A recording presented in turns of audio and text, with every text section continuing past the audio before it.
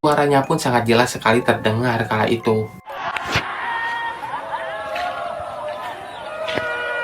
Lalu kakek itu pun memberi kami pesan. Jika orang yang ingin diselamatkan memiliki niat baik, dia pun akan diselamatkan. Tetapi jangan berharap diselamatkan jika dia berniat buruk. What's up everybody? Jumpa lagi bareng gue Reni di sini, channel horor kesayangan kita, Horror Area. Ini tempatnya horor. Gimana nih kabarnya kalian semua? Semoga baik-baik saja ya, dan selalu dalam lindungannya. Amin. Kali ini gue akan bawain sebuah cerita horor nih yang serem banget, berjudul Mendaki Gunung Selamat. Bagi kalian yang punya cerita horor dan ingin dibacakan di sini di Horror Area, silakan aja kirim cerita kalian ke sini, ke DM Instagram kami di bawah ini ya. Terima kasih. Kami tunggu ceritanya ya. So, tanpa banyak bacot lagi, yuk kita sikat sama-sama di sini ceritanya di Horror Area.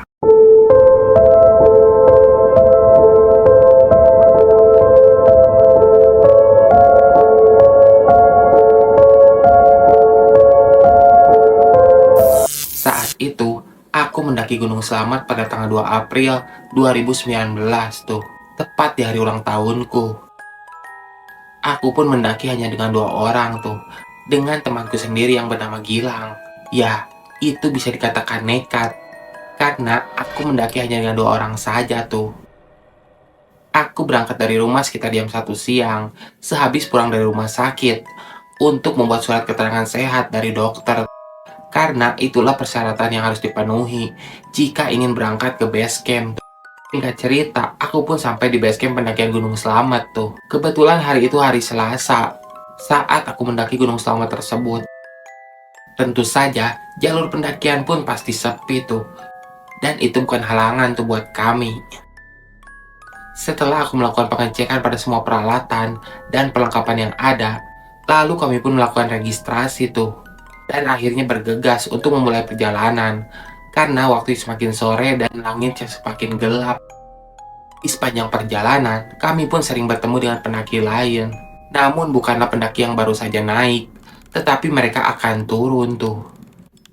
Tapi tak apa, aku berusaha menghilangkan rasa ketakutanku tuh. Hari pun semakin gelap, kami berjalan tuh. Dan akhirnya sampailah kami di pos 2 Gunung Selamat.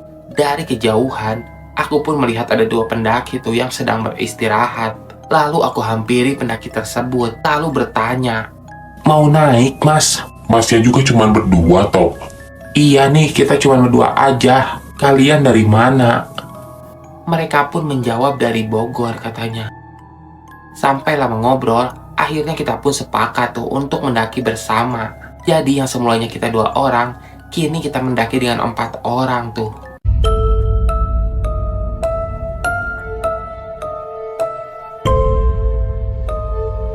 Lama berjalan, kami pun asik mengobrol tuh, sembari mendengarkan musik tuh dengan speaker yang kami bawa. Kebetulan aku ada di posisi paling depan kala itu, bertugas mengarahkan jalan dengan memegang peta yang telah diberikan oleh pihak base camp kala itu. Waktu menunjukkan pukul 5 sore kala itu, kami pun sampai di sebuah warung tuh, yang berada di pos 3. Ada 2 rombongan pendaki, namun mereka melanjutkan perjalanannya tuh. Akhirnya kami pun duduk tuh sambil makan buah dan memesan kopi yang ada di warung tersebut. Lama-kelamaan, kami pun lupa waktu. Sampai akhirnya waktu telah malam. Kami pun buru-buru tuh bergegas untuk melanjutkan perjalanan kami. Karena target kami membangun tenda di pos 5. Sedangkan kami baru ada di pos 3 kala itu. Saat aku sedang membayar buah semangka yang aku makan, bapak-bapak penjual tersebut bertanya tuh, Masnya dari mana? "Dari Banjarnegara, Pak." Yakin kalian mau lanjut? Kenapa kalian tertinggal di sini saja? Aku pun berpikir sejenak, kenapa bapak tersebut bertanya seperti itu. Yakinlah, Pak. Bismillah aja. Yo wes, hati-hati. Yo pokoknya fokus aja. Ngasih ke Lombok. "Nggih, Pak." Di sepanjang jalan aku pun sempat berpikir maksud dari perkataan bapak tersebut. Tapi aku pun tetap fokus tuh untuk nggak berpikir yang macem-macem kala itu. Dan akhirnya kami pun tiba di pos 4 yaitu pos Samarantu. Pada pukul 6 sore, Dan aku juga sempat mendengar adzan maghrib tuh. Di situ aku baru ingat kalau aku diberi pesan oleh orang basecamp tersebut. Jangan sesekali duduk di pohon yang tumbang yang ada di pos 4 tersebut, apalagi sampai mendirikan tenda di situ. Karena berdasarkan mitos yang ada di pos Samaratu itu, terdapat hantu samar atau hantu tak kasat mata tuh.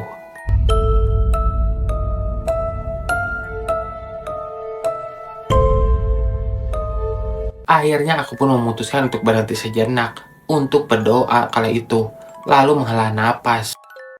Setelah itu, kami pun berjalan kembali dan hari sudah gelap tuh. Disinilah keanehan dan kejanggalan mulai terjadi. Semula perjalanan kami terasa mengasihkan. Ketika malam tiba, semuanya berubah tuh. Setelah berjalan dari pos 4 selama 30 menit, terdengar suara pendaki tuh dari atas. Suaranya pun sangat jelas sekali terdengar kala itu.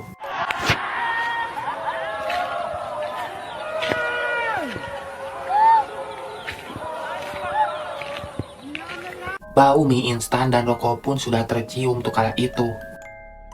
Tapi saat aku melihat peta estimasi waktu yang tertera dari pos 4 sampai ke pos 5 kurang lebih 2 jam atau 2 jam setengah. Sedangkan kami berjalan baru 30 menitan tuh.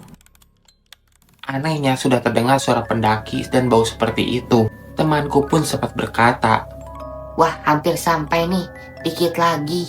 aku pun bingung mau jawab apa. Tidak memberitahu sesuai apa yang ada di peta tersebut. Kemudian hari semakin malam, suasana makin berbeda tuh. Kami sudah berjalan hampir 3 jam, tapi anehnya belum juga sampai tuh. Di pikiranku, aku berjalan di jalan yang sama. Aku melihat 2 pohon yang besar yang aku lewati berulang kali. Tapi aku berusaha menenangkan teman-temanku tuh agar tidak berpikir negatif. Teman kami yang dari Bogor tersebut merasa kakinya sakit tuh. Akhirnya kami pun istirahat sejenak di tengah hutan.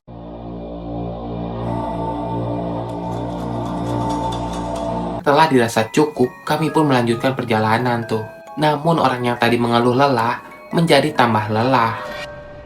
Dia bilang tasnya berat banget, sedangkan dia ada di posisi paling belakang saat itu. Pelan-pelan kami pun berjalan, dan akhirnya kami pun sampai tuh di pos 5 pada pukul setengah 12 malam. Sungguh jauh di luar ekspektasiku. Suasana di tempat camp sepi tuh, karena banyak pendaki lain sudah terlelap tidur. Hanyalah suara speaker yang terdengar. Kami pun segera membangun tenda dan ganti baju sembari menyeduh kopi dan membuat mie instan sambil sedikit mengobrol tuh. Tak lama kami pun terlelap tidur. Rencananya kami pun akan melanjutkan perjalanan pada pukul 2 malam tuh. Kalau para pendaki bilangnya summit attack tuh. Melanjutkan perjalanan dari tempat camp sampai ke puncak. Namun hanya membawa bekal makanan. Semua tas dan tenda ditinggal di tempat camp. Aku pun terbangun jam 2 pagi dan bertanya ke temanku, mau dilanjutkan atau tetap tidur kali itu. Awalnya aku udah pesimis tuh, karena mereka mengeluh capek dan memilih tidur. Tapi kemudian, aku pun memberikan semangat pada temanku tersebut, dan kami pun akhirnya melanjutkan tuh perjalanan kami ke puncak selamat pukul 2 dini hari. Namun 2 orang yang kami kenal kemarin tidak terbangun tuh, mungkin kelelahan. Jadi, aku putuskan untuk tidak memaksanya ikut naik tuh. Akhirnya aku pun naik tuh bersama rombongan lain, yaitu orang Purbalingga. Kami berjalan dengan rasa dingin yang membuat badanku menggigil. Sampai pada akhirnya jam 5 pagi pun kami sampai di puncak Gunung Selamat tuh. Kami pun sempat bertemu dengan seorang kakek yang sedang berbaring di atas batu, mengenakan baju putih dengan celana warna hitam. Aku pun sempat bertanya kepada beliau, Saking pundi mbah, Amriku mawon Purbalingga. terlihat sangat kelaparan. Akhirnya aku pun memberikan 1 bungkus roti tuh, dan kuajak ngobrol. Lalu kakek itu pun memberi kami pesan. Jika orang yang ingin diselamatkan memiliki niat baik, dia pun akan diselamatkan. Tetapi jangan berharap diselamatkan jika dia berniat buruk. Sembari menyeduh kopi matahari, aku pun berfoto tuh meninggalkan sang kakek tersebut. Namun saat aku berfoto, aku tak melihat lagi tuh sosok kakek tersebut. Kakek itu pun hilang tuh tanpa pamit dan berkata apapun.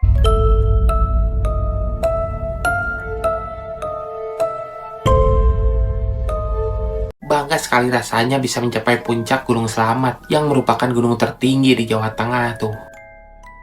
Aku pun menyempatkan salat subuh dengan beralatkan matras. Rasanya dekat sekali dengan Tuhan. Aku pun bersyukur diizinkan untuk menggapai puncak, menikmati keindahan alam yang Kau ciptakan. Setelah kami puas berada di puncak, kami pun turun tuh.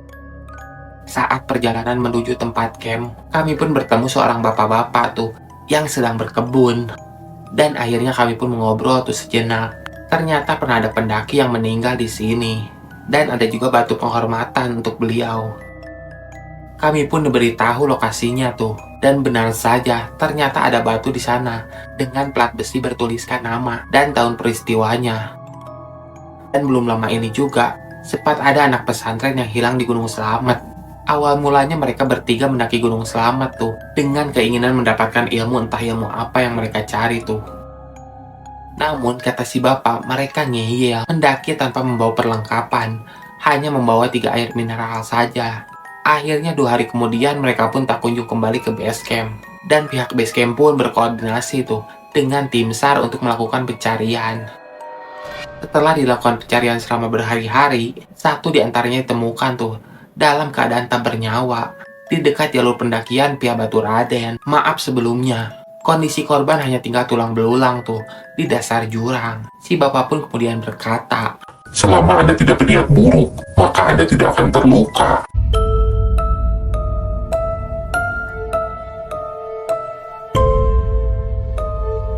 terima kasih buat kalian yang udah klik video ini dan nonton sampai selesai. Semoga kalian sehat selalu dan dalam lindungannya. Amin. Bantu dukung konten-konten kami dengan cara like, comment, and subscribe ya. Dan jangan lupa nyalakan lonceng icon agar kalian mengetahui konten-konten terbaru yang kami update. Buat kalian yang memiliki cerita horor dan ingin dibacakan di sini di horror area, silakan aja. Kirim cerita kalian ke DM Instagram kami di bawah ini. Di sini. Ya. Terima kasih. Kami tunggu ceritanya ya. Sekian horor area kali ini. Semoga kalian terhibur. Gue Randy di sini cabut undur diri. Bye.